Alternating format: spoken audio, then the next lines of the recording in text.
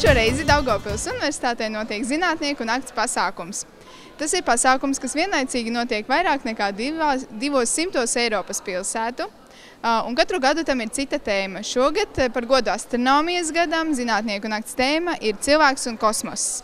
Latvijā zinātnieku nakts notiek sadarbībā ar Latvijas Zinātņu akadēmiju, kas ir galvenais organizators, un ir partneri vēl Ventspilī, Reizeknē, Daugavpilī un Jelgavā. Tas ir plašs pasākumu kopums ne tikai universitātēs, bet arī dažādos institūtos un citās zinātniskās iestādēs. Šogad aktivitātes, kā jau teicu, ir veltītas tēmai par cilvēku un kosmosu, par dažādiem pētījumiem kosmosā, par bioloģiskajām tehnoloģijām.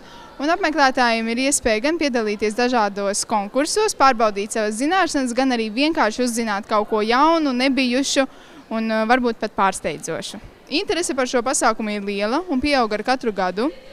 Turklāt mēs redzam, ka interesanti, apmeklētāji, kas vienreiz jau ir bijuši pie mums, brauc katru gadu, piemēram, Preļu 1. pamatskola vienmēr ir regulārs viesis visos mūsu zinātnieku nakts un zinātnes festivāla pasākumos un vienmēr ierodas paši pirmie. Mērķis mums abām ir viens. Mēs bērniem nodrošinām kaut kādas plašākas zināšanas gan bioloģijā, gan fizikā, gan ķīmijā, arī ģeogrāfijā droši vien. Noteikti arī tādu lielāku interesi.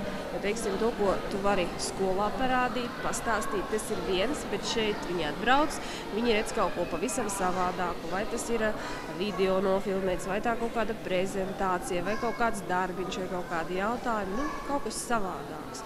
Un bērniem parasti tas ļoti patīk. Viņi ir ļoti sajūsmā pēc tam, gan skolā stāstot citiem saviem, kas tad viņiem ir bijis, ko viņi tur redzējuši. Tā ka, katrā gadījumā pozitīvas emocijas noteikti. Un noteikti šī pati augstskola sēka jau iedvež tādu pārliecību, ka šeit kaut kam jābūt labākam nekā skolām.